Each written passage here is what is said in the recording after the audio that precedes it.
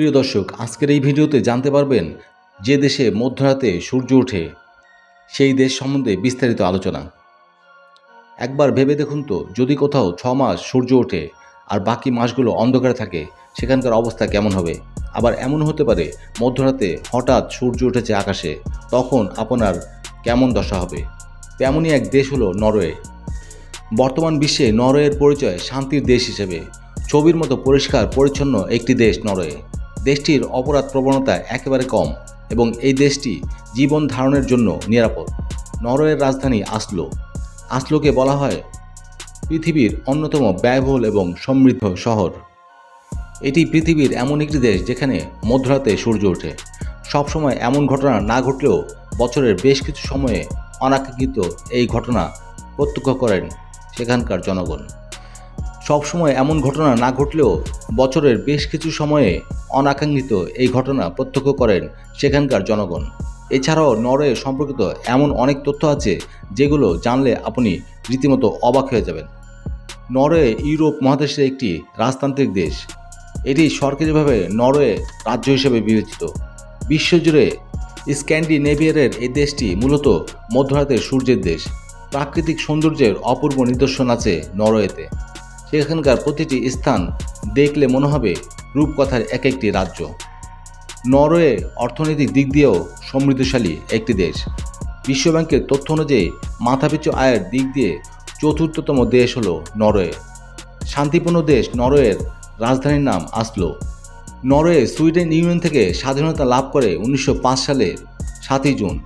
এই দেশের আয়তন 3,85,252 বর্গ কিলোমিটার। আয়তনের দিক দিয়ে এটি বিশ্বের 67তম দেশ।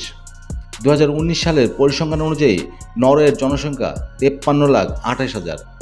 এদেশের মোট জনসংখ্যার 2.4% মুসলিম এবং 83.4% খ্রিস্টান। বাকিরা অন্যান্য ধর্মাবলম্বী। পৃথিবীর উত্তর গোলার্ধের দেশ নরওয়ে। 60 ডিগ্রি অক্ষাংশে অবস্থিত নরওয়ের রাজধানী আসলোয় জুন জুলাই মিলিয়ে 2 মাস সবসময় দিনের আলো থাকে। অর্থাৎ এই সময়ে এখানে সূর্য অস্ত যায় না। এর ফলে এই সময় রাতের অন্ধকারের পরিবর্তে গোধূলির আলো দেখা যায় সারা রাত। আসলো শহর দক্ষিণ অংশে অবস্থিত। আরও উত্তরে 72 ডিগ্রি অক্ষাংশে আরও বেশি দিন এই সময় সূর্যালোক থাকে।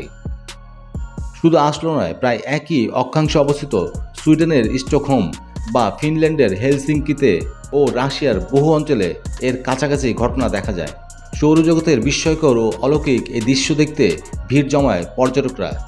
এছাড়াও নরওয়েতে রাতের আকাশে হরেক রঙা আলোর ছটা দেখা যায়।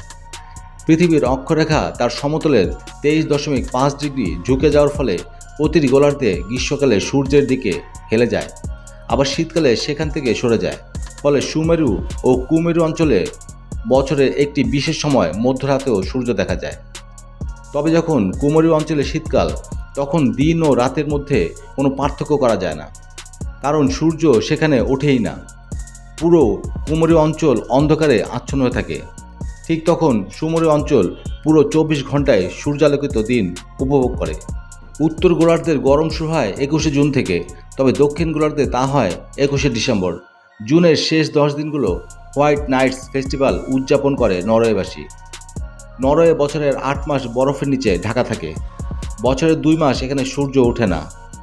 নভেম্বরের 21 তারিখ থেকে জানুয়ারির 21 তারিখ পর্যন্ত সময়টাকে তাই ডার্ক পিরিয়ড বলা হয়। এই সময় আকাশে নর্দার্ন লাইট বা অরোরা বুরিয়াল দেখা যায়। বিভিন্ন রঙের আলো অনেকটা রংধনুর মতো ফুটে ওঠে রাতের আকাশে। এ যেন এক অভূতপূর্ব দৃশ্য, যা ভাষায় বর্ণনা করা কঠিন। আকাশে লাল সবুজ রঙের আলোর খেলা। এই অরোরা দেখতে অনেক পর্যটক এই সময় এখানে ভিড় জমান। এই দেশে মধ্যরাতের সূর্য, উত্তরের আলো, এর সমৃদ্ধশালী সাংস্কৃতিক ঐতিহ্য, অনন্য স্থাপনা ইত্যাদির সাথে পৃথিবীর কিছু সুন্দরতম দৃশ্য উপভোগ করতে এখানে প্রত্যেক বছর প্রচুর পর্যটক বেড়াতে আসেন। প্রিয় দর্শক, চ্যানেলটিকে সাবস্ক্রাইব করুন এবং পাশে থাকা বেল আইকনটি ক্লিক করুন।